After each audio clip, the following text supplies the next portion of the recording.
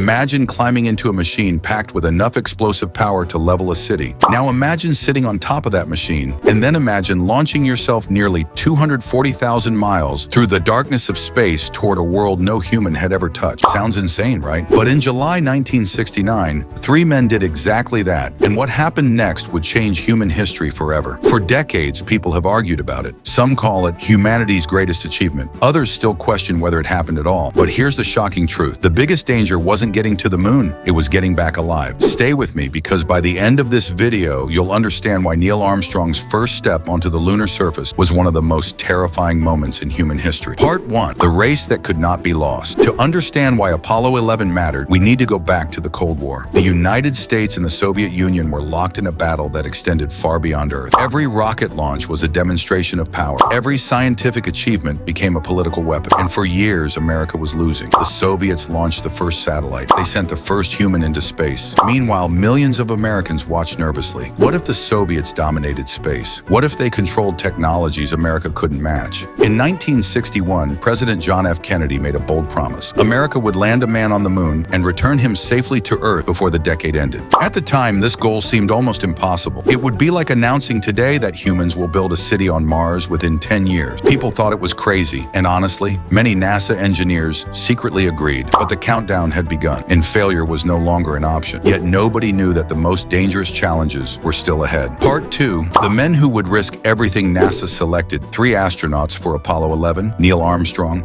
Buzz Aldrin, and Michael Collins. These men understood something most people never think about. Every mission could be their last. Space travel in the 1960s was incredibly dangerous. Computers were less powerful than today's smartphones. One tiny mistake could mean death. Imagine boarding an airplane knowing there's a realistic chance it might explode. Would you still get on? These astronauts did. Day after day, month after month, training became their entire lives. They practiced every scenario imaginable: equipment failures, engine malfunctions, emergency landings, even death. In fact, NASA secretly prepared a speech for President Nixon in case the astronauts became stranded on the moon forever. Think about that for a second. The government already had a funeral speech ready before the mission even launched. Now that's confidence mixed with a little panic, but none of them knew how close that nightmare would come to becoming reality. Part 3. The most powerful machine ever built on July 16, 1960. Apollo 11 sat atop the Saturn V rocket. It stood 363 feet tall, taller than a 36-story building. Its engines generated millions of pounds of thrust. The ground literally shook beneath it. Then came the countdown. 10, 9, 8. As the engines ignited, flames erupted beneath the rocket. Slowly, almost reluctantly, the giant began rising.